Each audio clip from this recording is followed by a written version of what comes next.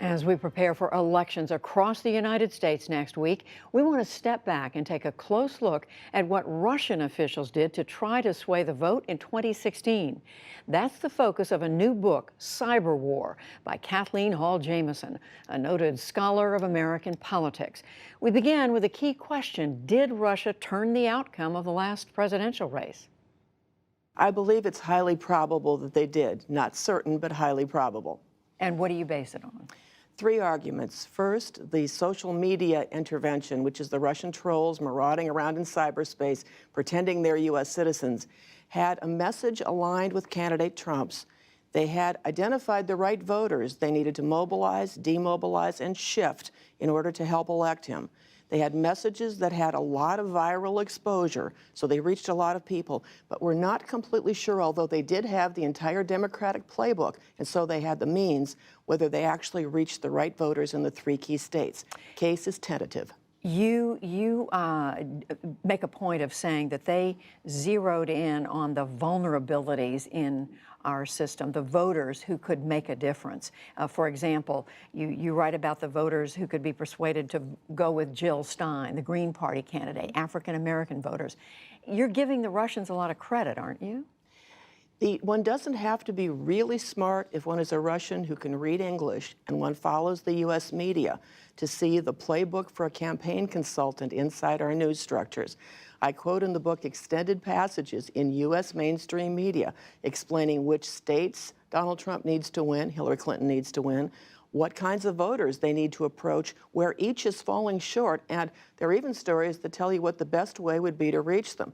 And they not only had that information, but they also had the complete playbook from the Clinton campaign, including the voter turnout models in key states. And then they had one more advantage. Our social media platforms are designed to sell us to advertisers. And as a result, they have built into them the very means of reaching the target voter. And unlike the past, when you had to be really sophisticated as a time buyer, you can now use those as a layperson to reach the right people efficiently. And I want to ask you some more about the media, but first I want to ask you about the language. I mean, you talk about trolls, you talk about operatives, but you call them Russian discourse saboteurs. My theory of how the election outcome was changed is that the discourse climate was changed. So we know from our past research that when you change the balance of the messages, so you have more negative messages about one candidate than the other, you shift votes. Not massive numbers, but you shift enough to decide a close election. And what that means is that if you can get the number of messages out there to be highly negative compared to where they would have been in social media, that's the trolls, and in mainstream and conservative media, that's the hackers, to shift in both cases against Secretary Clinton, candidate Clinton, you're more likely to move votes against her. That's why I call them discourse saboteurs. What is so striking, too, about this book, Kathleen Hall Jamieson, is it's about the Russians, yes, but it's also about the way the American news media covers politics. And you talk about the tendency, the strong tendency we have in the last many decades to focus more on personalities and on process than we do on policy. How did that play into what the Russians were doing?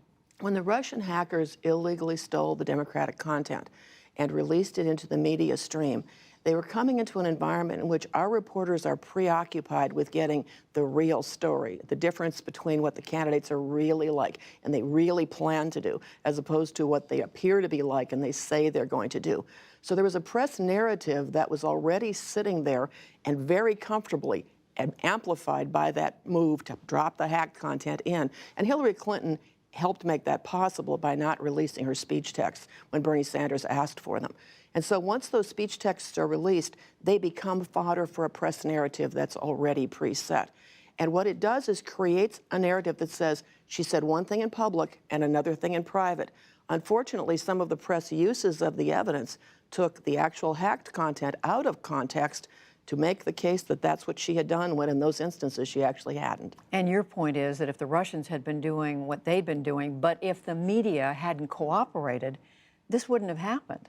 First, if the media had said, every time we're going to say WikiLeaks, instead we will say Russian stolen content hacked from Democratic accounts illegally, or Russian stolen content given us by Julian Assange, who wanted to see Hillary Clinton defeated because Hillary Clinton wanted him prosecuted for his use of national security data, the source and the message would have stayed tied. By calling it WikiLeaks, the press made us assume that this was just normal content and that it came from a news source, a legitimate source, not from the Russians. Well, it's exactly what happened. They hacked the material, gave it to WikiLeaks, came into our media stream, and we lost track of the fact that it was Russian source. Senior intelligence officials are telling us that the Russians are still trying to interfere in this election, this midterm year election, and they expect the same thing to happen in 2020. If they continue, what's the likelihood they'll be successful again?